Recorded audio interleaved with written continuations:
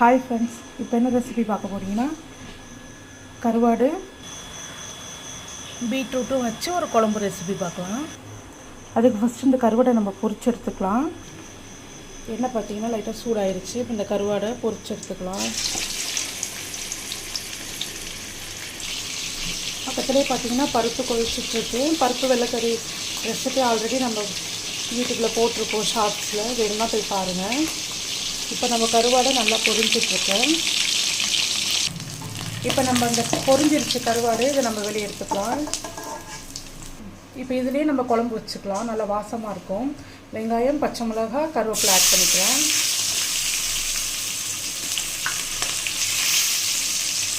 இப்போ வெங்காயம் நமக்கு நல்லா வதங்கிடுச்சு. இப்போ பீட்ரூட் ஆட் பண்ணிக்கலாம். இப்போ நல்லா கிண்டிக்கலாம்.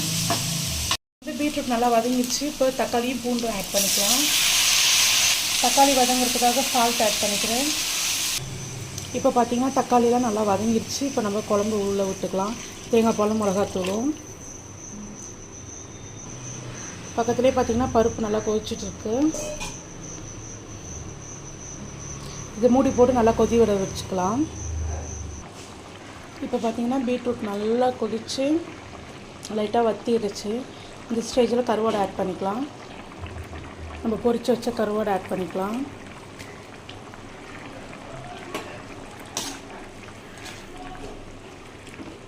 நல்லா டேஸ்ட்டாக இருக்கும் ஃப்ரெண்ட்ஸ். இந்த குழம்பு வீட்டில் செஞ்சு பாருங்கள். பிடிச்சிருந்தால் லைக் பண்ணுங்கள், ஷேர் பண்ணுங்கள், சப்ஸ்கிரைப் பண்ணுங்கள். Thank you friends.